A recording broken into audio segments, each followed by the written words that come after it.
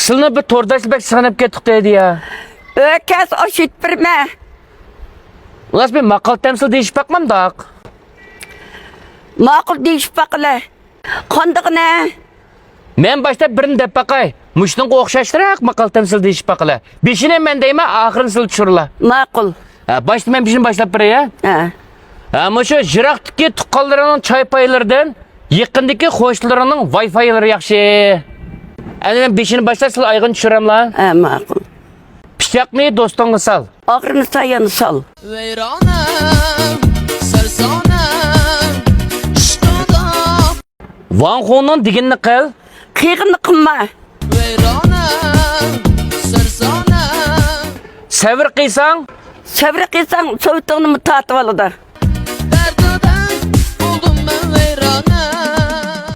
Adem etkenge. Toy kızı bet. Kıyın iş yok alemde. Dadısı bay Adem'ge.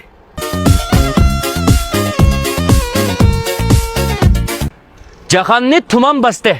Dibani çokan bastı.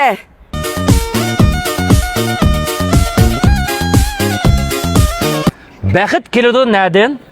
Bay hotlularının pulundan. Gecələrdə oylanıb, tolğunub, süydüm seni.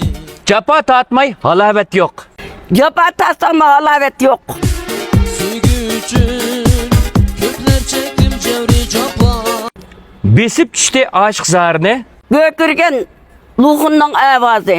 Gecələrdə oylanıb, tolğunub, süydüm seni. Balda eğatik işte iş olacağım ha. Eğatik işte iş. Capa Kimdi ba? Ha.